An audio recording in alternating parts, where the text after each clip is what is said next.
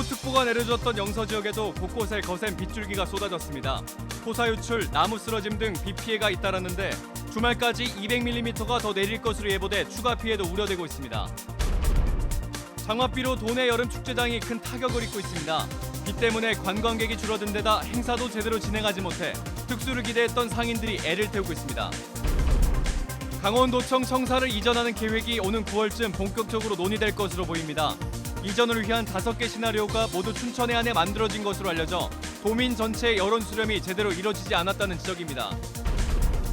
2019 세계 태권도 한마당이 오늘 동계올림픽 주무대였던 평창 대관령에서 개막했습니다. 57개 나라 4,800여 명의 선수가 참가해 닷새 동안 열전을 펼칩니다.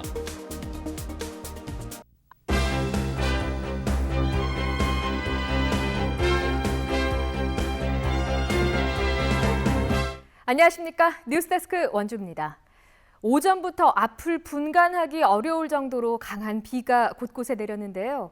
비가 오면서 도로 토사가 유출되거나 나무가 넘어져서 창고를 덮치는 등 피해가 잇따랐습니다. 이병선 기자입니다. 10m도 넘는 나무가 집으로 쓰러졌습니다.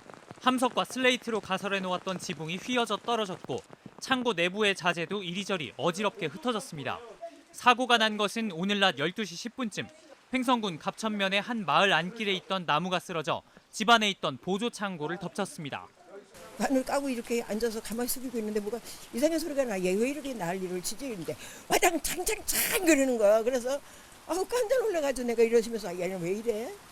오늘 오후 12시 20분쯤에는 횡성군 서원면의 한 지방도로에서 토사가 유출됐습니다.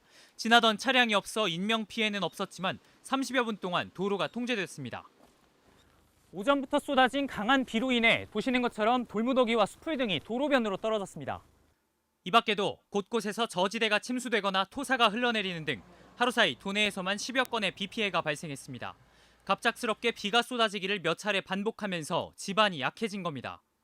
대기 상층의 건조한 공기와 하층의 습한 공기가 만나 대기가 불안정해졌고 지형적인 원인이 더해져서 돌풍과 천둥과 번개를 동반한 많은 비가 지역에 따라 내릴 때가 있었습니다. 기상청은 주말까지 70에서 150mm, 많은 곳은 200mm까지 비가 더 오겠다며 비 피해에 각별히 유의할 것을 당부했습니다. MBC 뉴스 이병선입니다. 이번 장맛비에 강원도 여름축제장이 직격탄을 맞았습니다. 관광객이 줄면서 모처럼의 활기를 기대했던 지역 주민과 상인들의 속을 태우고 있습니다. 백승호 기자입니다. 오늘 문을 연 홍천 찰옥수수축제. 개막 첫날이지만 거센 빗줄기가 쏟아지면서 한산하다 못해 썰렁한 모습입니다. 그나마 축제장을 찾은 관광객들도 천막을 찾아 비를 피하기 바쁩니다.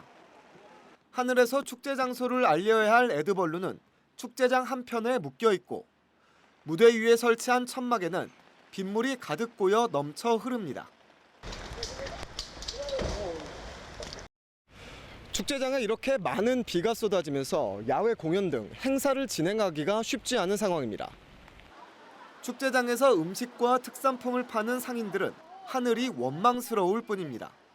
손님들이 일단 안 오실 거잖아요. 비가 이렇게 많이 오면. 조금 오면 좀 오시긴 하는데 시간 낭비라는 생각이 들죠. 축제장을 찾은 관광객들도 안타까운 마음입니다. 손님들이 못 오시니 그게 좀 아쉬운 점이라고 봐요. 하늘의 뜻이라 별 수 없는 거죠. 옥수수 축제와 같은 장소에서 열리는 맥주 축제의 운영진은 관광객들의 안전을 우려해 물 위에 띄운 부교를 긴급 철거했습니다. 내일 개막되는 화천 쪽배 축제도 비상입니다. 당초 야외에서 열기로 했던 개막 행사를 실내로 옮겨 치를 예정이지만 이번 장맛비에 축제 전체가 차질을 빚지 않을까 걱정입니다. 이번 주 일요일까지 비가 예보돼 있어 축제장 내 물놀이를 하는 관광객들이 크게 줄어들 전망입니다. 강원도를 덮친 늑장 장마가 강원도의 여름 축제를 망치고 있습니다.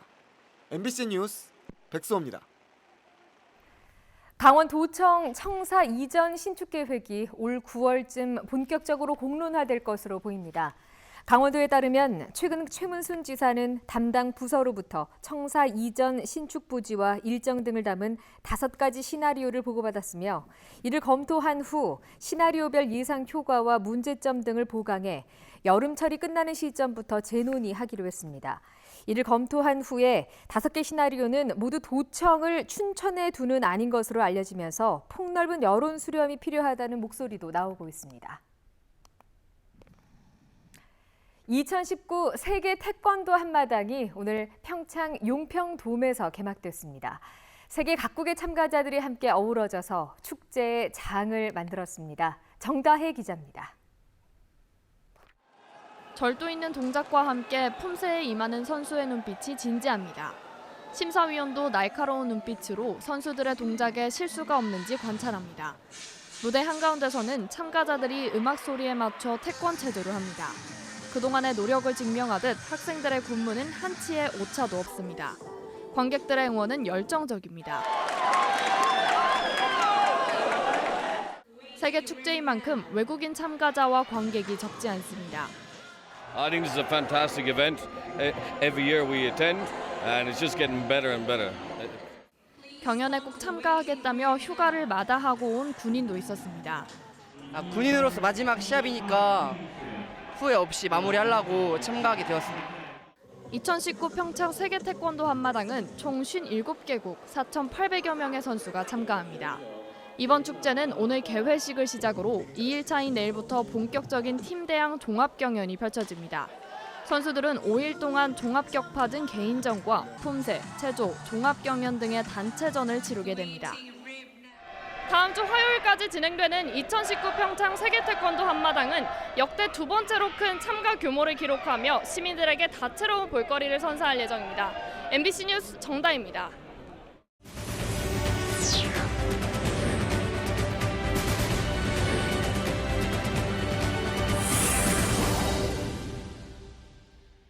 내년 3월에 개교하는 원주적 2개 학교의 교명이 선정됐습니다. 원주교육지원청은 교명 공모를 통해 기업도시 내 중학교의 교명에는 섬강중학교가 옛 봉대초등학교 자리에 신설되는 특수학교 교명은 봉대가온학교로 각각 선정됐다고 밝혔습니다. 섬강은 지정면을 감싸고 흐르는 섬강에서 이름을 따왔고 봉대가온은 봉황이 앉은 지형을 의미하는 마을 이름 봉대와 세상의 중심을 뜻하는 우리말 가온이 더해져 학생들이 세상의 중심이 되길 희망하는 의미가 담겨져 있습니다. 취약계층만 참여가 가능했던 도내 공공 일자리 사업이 올 하반기 한시적으로 참여 대상이 확대됩니다. 강원도는 희망 근로 사업이 추진되는 산불 피해 지역 5개 시군을 제외한 도내 13개 시군을 대상으로 올 하반기 공공근로 선발 조건을 완화해 소득과 재산, 반복 참여자 등의 제한 없이 만 18세 이상이면 참여할 수 있도록 했습니다. 원주 202명, 횡성 43명, 영월 55명, 평창 52명 등 모두 805명이 기존 공공근로와 별도로 지자체별로 추가 모집되며 다음 달부터 4개월간 공공일자리에 참여하게 됩니다. 올 상반기 도내에선 고성지역의 땅값이 가장 가파른 상승세를 기록했습니다. 국토교통부가 발표한 2019년 상반기 전국 지가 변동률과 토지 거래량에 따르면 고성군의 땅값은 지난해 하반기에 대비했을 때 1.848% 상승해 도내 시군 중 최고의 상승률을 보였습니다.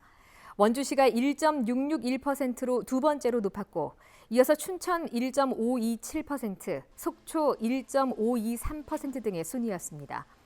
국토부는 고성군의 높은 지가 상승률에 대해 DMZ 평화 둘레길 시범 개방과 접경지역 개발 기대감 등이 반영된 결과로 분석했습니다.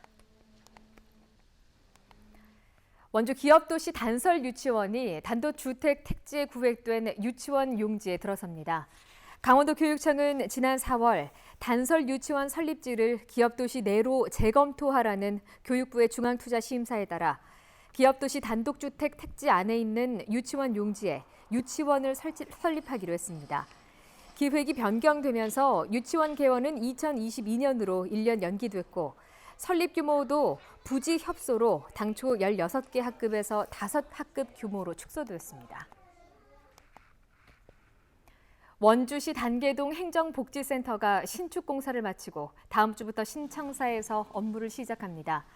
지난해 10월에 착공한 단계동 행정복지센터는 연면적 1,544제곱미터, 지상 3층 규모로 공사비 39억 원이 투입됐으며 1층은 사무공간, 2층은 다목적 회의실과 작은 도서관, 3층은 주민자치위원회 사무실과 프로그램실로 운영됩니다. 이번 주말까지 청사 이전을 완료하고 오는 29일 월요일부터 업무를 개시합니다. 원주시가 공동주택과 단독주택을 대상으로 미니 태양광 발전기 지원 사업을 추진합니다. 원주시는 올해 공동주택과 단독주택 1,880가구를 지원할 예정이며 한 가구당 한 세트씩 335와트는 49만 원을, 325와트는 46만 2천 원을 지원한다고 밝혔습니다. 미니 태양광 발전기는 아파트 베란다 등에 부착할 수 있는 거치용으로 주변 여건에 따라서 한 달 평균 35kW의 전기를 생산합니다. 강원도는 하반기부터 전국 최초로 근로자를 고용하지 않은 1인 자영업자를 대상으로 생계형 1인 자영업자 사회보험료 지원 사업을 시행합니다. 강원도의 특수시책으로 추진되는 이번 사업은 기존 10인 미만 사업장에 대한 사회보험료 지원 사업을 1인 자영업자까지 확대해 영세 사업장의 고용 안정 강화를 위해 추진됩니다. 도내에서 혼자 사업장을 운영하면서 국민연금 지역가입자인 사업주와 자영업자 고용보험, 중소기업 사업주 산재보험에 가입된 사업주에 대해 지원됩니다. 뉴스데스크 원주를 마칩니다. 고맙습니다.